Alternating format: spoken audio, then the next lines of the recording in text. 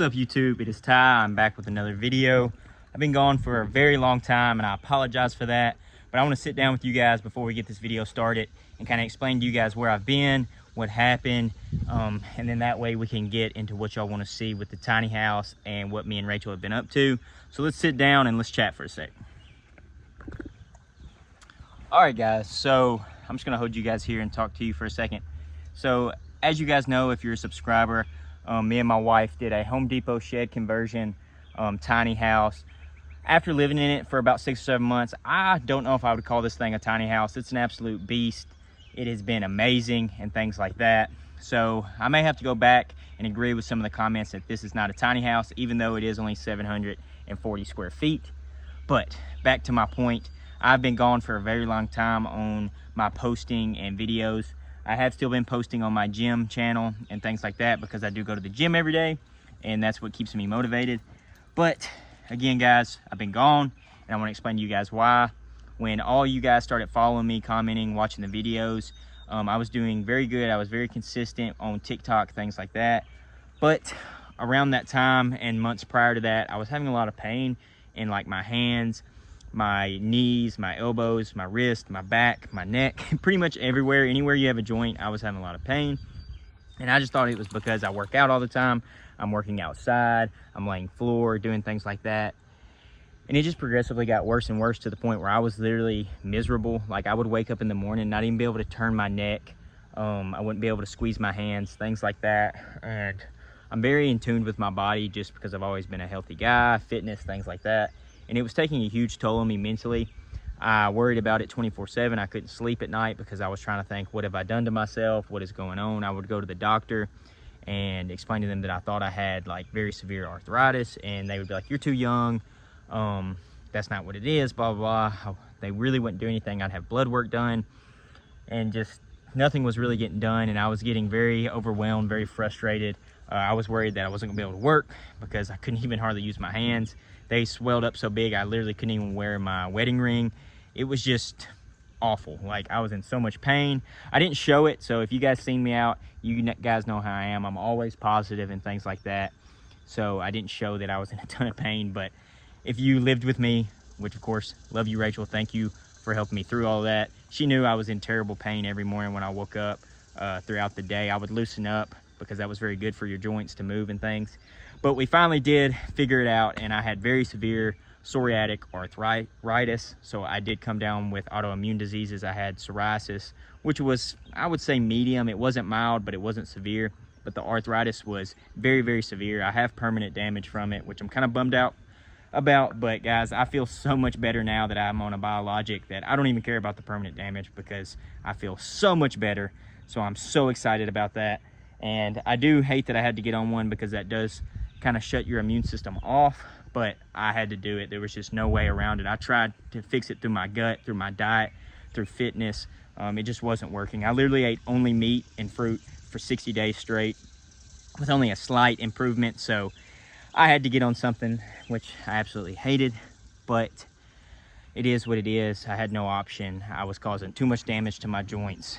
So that's that. That's why I've been gone. Sorry for that long rant. Yeah, so I'm back. I feel better. I'm motivated. Life is great. It's summer. Absolutely love summer. So I want to show you guys what's happening at the Home Depot house, and let's get right into it. All right, guys, so first things first is I don't know if you guys remember the swimming pool back in the winter. It was just basically like a swamp. I did work on that for about a month or so, got this thing back crystal clear, turned it over. It's running. I've been managing the chemicals, everything in it. I do like to keep a low level of chlorine in this thing, and I would rather have to scrub a little bit of algae like once a week than have such strong chemicals where it burns your eyes and things like that. So been taking care of the pool. It's been great, and I'll take you guys over here, show you guys the volleyball court. And sorry, I'm sweaty. I had just had to fix my tire. I woke up with a flat, so it is super hot. But this is the sand volleyball court, and I'll kind of explain to you guys what happened with it because I know it looks like a parking lot. But we were having my birthday event, which was at the end of May. And I always like to have everyone over, feed everybody, have a good, sorry, I'm a little shaky, have a good little volleyball game, feed, everyone burgers, things like that, swimming pool. Just a lot of fun. We do it every year. It's right on Memorial Day weekend. But I wanted to get a new load of sand in this year because a lot of ours had washed out over like the last 5 or 6 years. And what ended up happening was I went through a buddy of mine, or not really buddy, but someone I knew from high school, and he had called to get some sand. They said the sand was basically play sand. So he did call me, so this is 100% on me, but he did call me and tell me that he was told wrong, that it was not play sand, it was like engineered sand or something like that. And so I went on to ask, I was like, well, you're there, you see it, you felt it, does it feel good enough that you could play volleyball on? And he did say yeah, so I'm not gonna blame him because I still did say bring it, but he did say yeah, and he offered to take it back, but it's definitely not sand, and the people there told him it'd be perfect for volleyball. It is not perfect for volleyball. It is basically gravel. I'll walk over here and show you guys. It is basically like you're playing on gravel, which is kind of funny, but like look, this is not sand. That is definitely gravel, but it's okay. It feels just like sand if you're wearing socks. So we just bought a whole bunch of socks for everybody, which works out because in the summer, the sand gets so hot, you almost have to wear socks anyways. You just can't dive. So we'll eventually get it fixed, but didn't want to spend that much money right now. So there's on the outside. We do have the chicken coop fixed up for the dogs when we're gone. Things like that has been amazing. But that's the little surrounding area of the tiny house. Now I'm going to take y'all around the porch, show you what's new, and then I'll get you guys inside. All right, guys, I'm going to put y'all on 0.5. I'm going to have to put, sorry guys, I'm not steady at all. You guys probably know that. I'm not steady with the camera. I know you guys complained about it. Just not a very steady guy. So I'm going to get you guys on a mount so I can maybe hold it a little bit steadier. And so I'll be back in a sec. All right, guys, I got you on a mount now, so it's not going to be as bad. Still probably not the greatest, but I want to show you guys what we're working with here. So again, if you're new here, this is the tiny house. Well, again, I'm going to take that statement back, guys, just because I don't believe this thing is a tiny house anymore after living in it. This is a Home Depot shed, or a Tough shed that we bought, and we converted it into a tiny house. Or I'm not going to be able to quit saying that. We converted it into a house, guys, all right? That's what we're going to say. We converted it into a house, and I'll show you guys this thing if you're new to the channel. As you can see, we have an addition over here to the right side, and then the original shed right there in the middle. We did do a wraparound porch as well with gutters, flashing, a wood ceiling, things like that. So we've really upgraded this thing.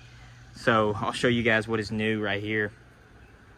I do lack painting some of the trim and painting the outside of the house a little bit better, but you can see that tan trim is supposed to be white. Haven't got around to that, but we will. And then we just have some things here on the outside to store stuff for the dogs and whatnot. But since the last time I seen you guys, we have this black flashing put on. We have gutters now, which is amazing. And of course, a wood ceiling all the way around, which absolutely changes the whole look of this place. We've got a little bit of seating over here, a pizza oven. And Rachel's got her little greenhouse, and of course the AC unit, things like that. Yard's looking pretty good. We had a lot of dirt work and stuff done, so it hadn't came all the way back. First time we got rain in about a month was basically this morning, so everything's been a little dry.